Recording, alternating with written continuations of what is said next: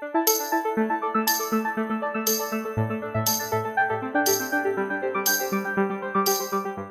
is our final session of the day. We've got two people here on the stage. We've got David Skerrett, who is Managing Partner of Nimbletank. He helps brands adapt to business opportunities which are presented by new technology and behaviours. In 2015, he was voted one of UK's top 100 digital movers and shakers. So he's going to show how he does his moving and shaking in a minute. So without further ado, I'll hand you over to David.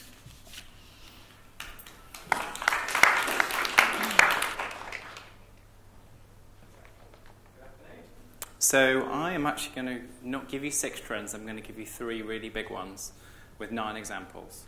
But yes, that was a very kind introduction, thank you for that. So I'll just quickly share a few words about my day job. So I work for a mobile agency called Nimbletank, and we help brands adapt to the opportunities that digital presents. And we operate at this sort of cost between experience design, so the digital experiences you have and the physical experiences you have, and technology that enables that to happen. And we've got people around the world doing clever things with data. We work across a series of sectors, so from kind of highly regulated banking and pharmaceutical through to automotive, energy, sports, and retail. And here's some of our brands, so a few interesting ones on there with different challenges, whether it's taking on Uber or launching a Rolling Stones album or selling fashionable clothes to people via ASOS. One of the things that stands us apart is our creative approach. So we've been fortunate enough to have been awarded 20 times now in our 2.5-year history from the likes of Cannes Lion, which is kind of the equivalent of Oscars in digital, Beamer, Mobile Marketing Magazine, Direct Marketing Association, Webbies, Lovies. So some of them are publicly voted, some of them are from juries, so quite a nice mix of business effectiveness and pretty pixels, as I call them. So talking of pretty pixels, I'll play a very quick video just to show you some of the stuff we're up to.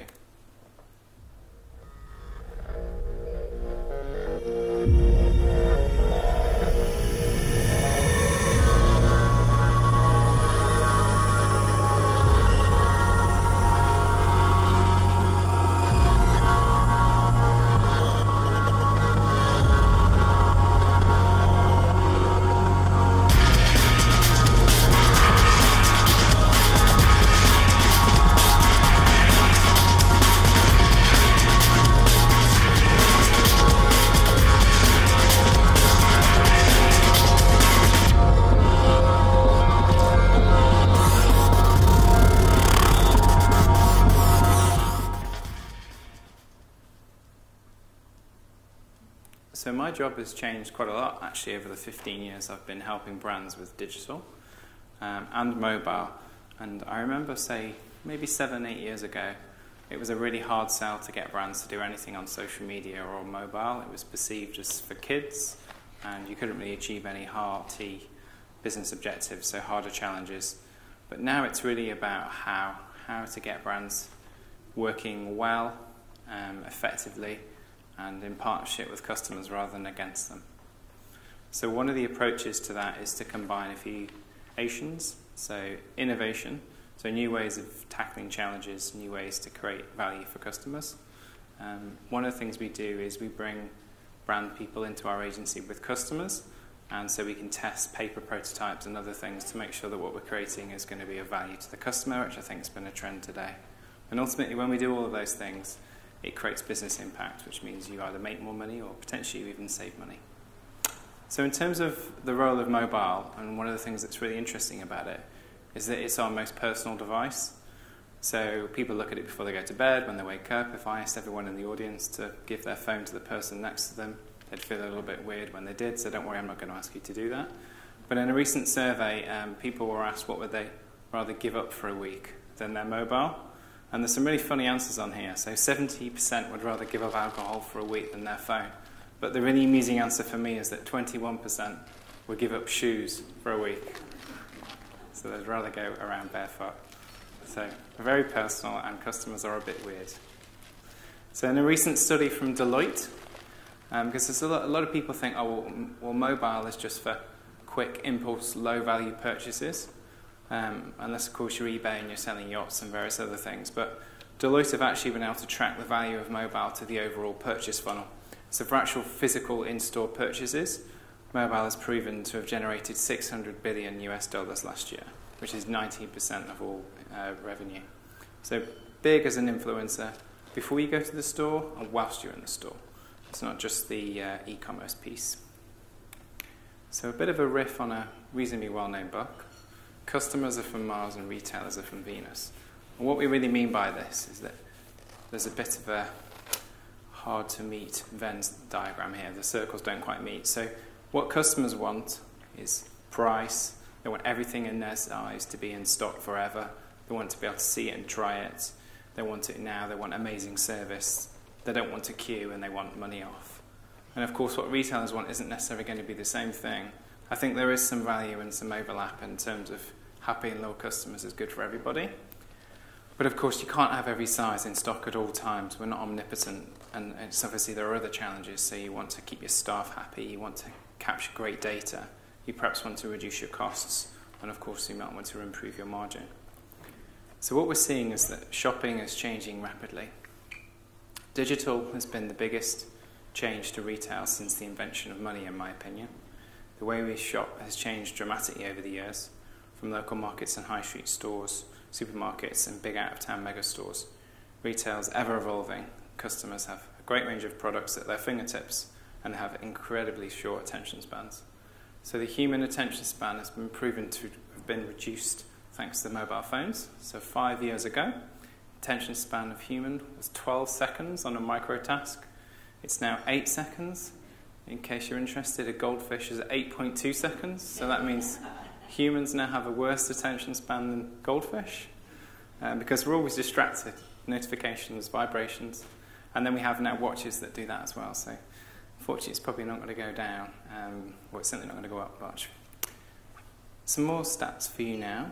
So in terms of the role of mobile as you go around a store, in a recent study, 58% of people actually don't want to talk to people anymore. They just want to look at their mobile phone screen. They just don't want to be sold to, frankly. And so that's quite a high stat. So having a e-commerce or a web presence that actually looks okay on someone's mobile phone is kind of the very basic, and being there when someone Googles you.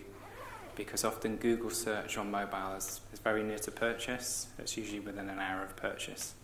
And actually, sometimes people just want to go on your site to get your phone number. And another number for you now, 43%. So 43% of customers would actually consider wearing wearable technology, so usually wrist-based technology, and that would have a role in shopping for food and groceries.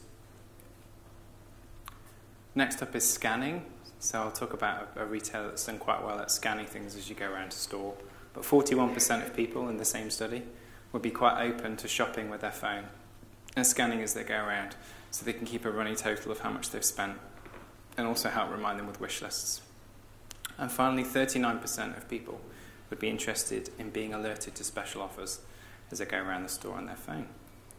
So let's look at a few of the brands, big global brands, who are doing a pretty good job when it comes to mobile at the moment. First up, Starbucks. So actually, before Apple launched their pay service, Starbucks were taking about 20% of their revenue via the app in America, because it meant that you didn't have to queue up for very long and you used to get a free shot and flavors and things. So Howard Schultz, who founded the company, says that no single competency is enabling us to elevate the Starbucks brand more than our global leadership in mobile, digital, and loyalty. So Walgreens, a sort of Boots pharmacy type brand from America, doing very well. So they have a really great mobile app that helps fulfill prescriptions and gives you reminders and helps you scan the barcodes on your medicine to make the whole process easier, and you can pre-order your medicine, don't have to queue. The CEO there has said one mobile prescription is being placed every second, so that's a pretty big number. I've been fortunate enough to meet this man, Andrew Fisher. So he actually founded Shazam, British guy. Shazam is kind of like the front door to the web of music, I guess you could say. So 10% of iTunes music sales is actually via Shazam. And in case you don't know Shazam, you press a button and it tells you what the song is. Audio detection. It also has been integrated into TV advertising. They have 100 million daily users, and they have 600 million people with this app running on their phone. So they've achieved really big scale. They've also managed to invent a watch app that tells you the lyrics for karaoke, so it's kind of useful. Walmart, so Walmart Goliath. VP over there, Wanda Young, again I've met. She said, we found, most importantly, those who have our app are making twice as many trips to Walmart and their spend is 40% more. So if you can create value and this app icon on their phone acts as a reminder to generate more revenue from loyal customers. Last up on the who's winning is the CEO of REI, which is a sporting company in America. And they've said that we know that more than 75% of people who buy in store preceded that store visit in 7 days with a visit to one of our digital properties. So very much think of your website, your digital property, your mobile app, whatever it might be, as your flagship retailer, but also the sort of first impression as well. So it can have a massive impact on them when they get to your store as well as during and after. So getting on to the 3 trends. So they are not, unfortunately, all beginning in C. Couldn't quite reword social to begin in C, unfortunately. But we've got context, which is really important. So often in my industry, we talk about context is king now, not content is king. So actually knowing where they are, what they're interested in. So earlier we were hearing about how if someone's clicked on an email 4 times, that it makes more sense to call them first. I completely agree. That's a really interesting context. You can get that through data, and often those tools are free.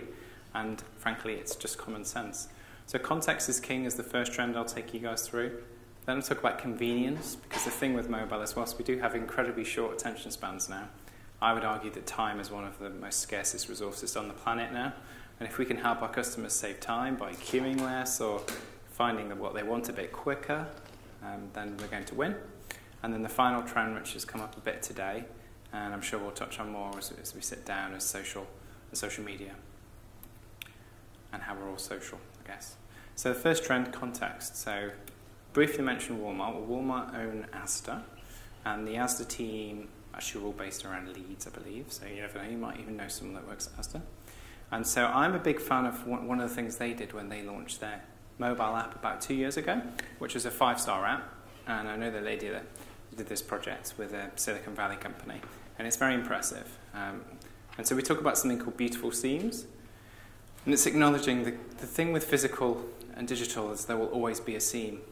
You still need someone to have some technology. We're still going to be served by humans in stores, I should hope, for a while longer. Although there are robots serving people in South Korea now, which isn't a trend yet, thankfully. But it's a bit strange. But South Korea, there's always strange things going on. But anyway, there's always going to be this handover, this sort of handshake. And so you've got real-time data, you've got context, you've got proximity, you've got sensors. And frankly, Asda's just really clever because when you go into a store, they have Wi-Fi. And if you have Wi-Fi and they connect to the Wi-Fi, which is something that's pretty much on the triangle of Maslow's hierarchy of needs now, quick, fast Wi-Fi is always good. It's actually pretty good here, isn't it? Quite impressed. Anyway, we know that this person was in Asda Halifax, and so we know the person because they've signed into the app before, so we know what they've looked at on their tablet or on their desktop computer, and we know what they've bought last time they came around the store, so we know what's in their wish list. So they go in, we know they're in a shop, we don't try and sell to them like they're sat on a sofa at home, because that would be silly, because the context is completely different. What we can do is say, well, you've added these things to your wish list, and here's a handy calculator. Because actually, when they did research groups to find out what Asda mums, the core audience for Asda is, what they actually wanted from a mobile app, it wasn't, all these speak into it and it remembers all these things, or robots serving you, or any of those things. It was just a bit of extra quality time with their children at dinner for them to eat healthier food. And so the mobile app is really just triggering that. So being useful, triggering wish lists, helping them find their way around a store, and just delivering a better connected experience. So that's a really great example to start us off for context. The second one, so as I said, I've worked in mobile for a while now, and there's a technology that's out there that you may or may not have heard of called beacon technology. It's something Apple have latched onto that uses something called Bluetooth Low Energy. Sounding very geeky here. But basically what it is it's hyper sensitive to location. So it knows if you're a meter away from something, 3 meters, 15 meters, 25 meters, and it knows how long you've been there. So it's kind of like a big brother. It knows how long perhaps you're looking at those shoes in a sort of department store, and how long have you been looking at them for, and what size you bought the last time. So there are some really great contexts and some really useful applications for this technology. And the first and best use of this so far that I've seen is from America, from the New York Museum. It's actually for a charity, so this isn't a retail example. And it's pretty much the only non-retail example, actually. Basically, unfortunately, a lot of people still step on landmines around the world, so there's charities set up for people that have been affected by landmines. And obviously, it's not a particularly nice thing to have happen. And so basically what they've done is create a virtual minefield. So you download the app and you walk around, and when you get near to a mine, it sort of makes a noise, and then eventually it goes off because there's so many mines around this room. It's kind of like an installation in a museum. And then it basically shows you kind of the effects of the mine, and then also puts you through to a landing page that gets donations for people that have been affected by stepping on landmines. So it's just a really interesting way of looking at why you would download an app that knows precisely where you are and how you might have an interesting digital physical experience. So the second trend I promised you was convenience, because time is money. So Amazon do lots of things very well. Not so much Prime Day, but we'll let them off for that one. I don't know if you saw the website, but it was pretty horrendous. But basically, Amazon have these things in America called dash buttons. They're physical buttons that you can put onto your appliances. And basically, you just press the button when you want something delivered, and it'll be there the next day. So the first launch partners were people like Tide, Gillette, Huggies, Nappies, Gatorade, L'Oreal. And so basically, if you're in the bathroom, you run out of shampoo, there's literally a button you can put in your bathroom, and you press it, and it talks to the internet, and then Amazon know that you want one because you always have that particular flavour and colour and size, and then it turns up the next day at 9 o'clock in the morning. And so that's the way the world's going, of really lazy people with no time that are just pressing buttons and magic things are arriving the next day. So I just think, whilst it's a little bit out there, it's quite a fun one, and it shows that, Amazon always experimenting with new things. It's always good to keep an eye on these things. And in fact, Amazon in London now, where I'm based, will deliver within 1 hour. So they're competing with everyone. No drones yet, though, thankfully. So I am a reasonably big fan of Uber. And Uber are one of the kind of new shared economy, interesting brands that actually don't own any cars. So you've got Airbnb that don't own any hotels. And all these brands are worth billions and billions. And anyway, the founder of Uber has created a new brand and service in San Francisco that's just launched. It's just come out of stealth mode, as it's referred to. And it's called Operator, and it's a request network. So it's an app that uses a network of human operators to fulfill customer requests.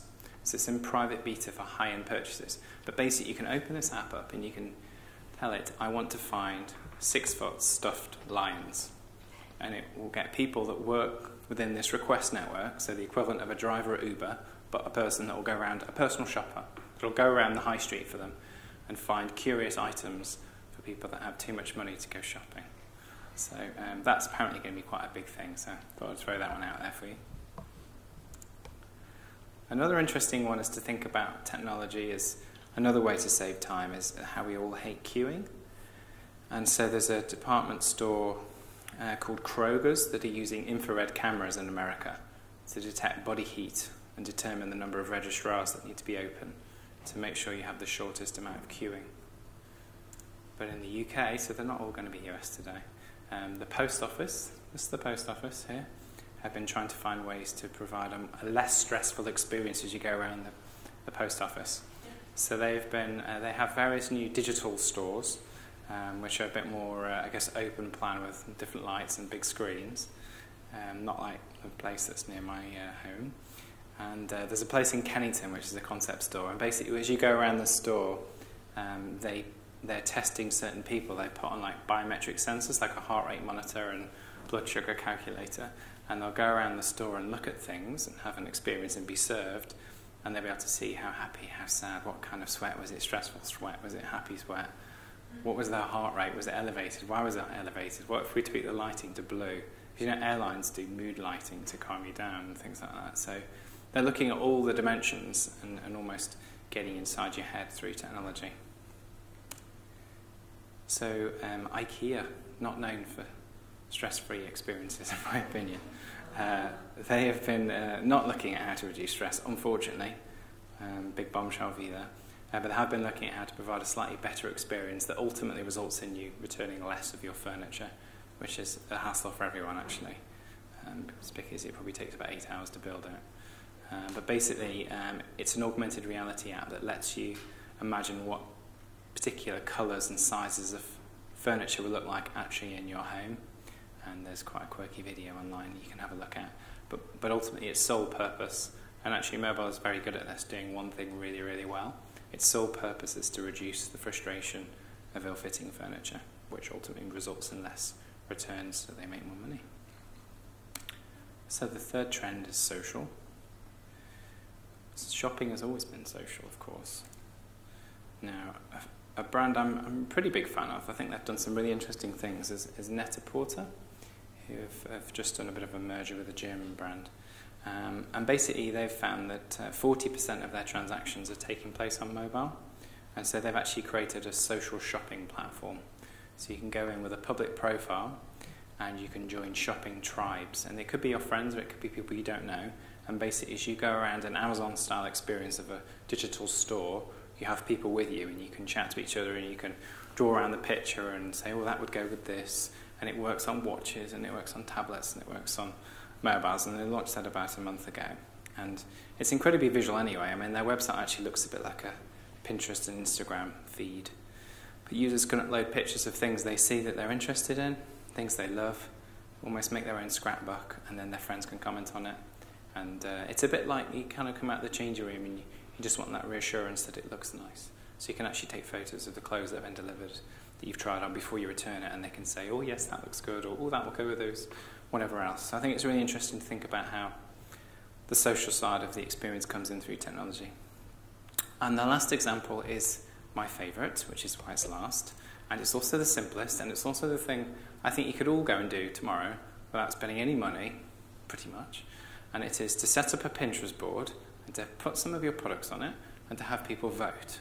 And based on which ones get voted the most, you then tag them in the store with popular on Pinterest, and it creates a feeling that stores can do social media.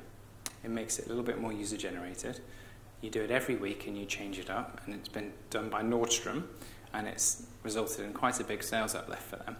So that's currently my favourite one out there, so I thought I'd share that with you. So yes, shopping has changed. I would argue the world has changed. The way our brains are wired has changed. So it's all going on. Thank you ever so much for your time.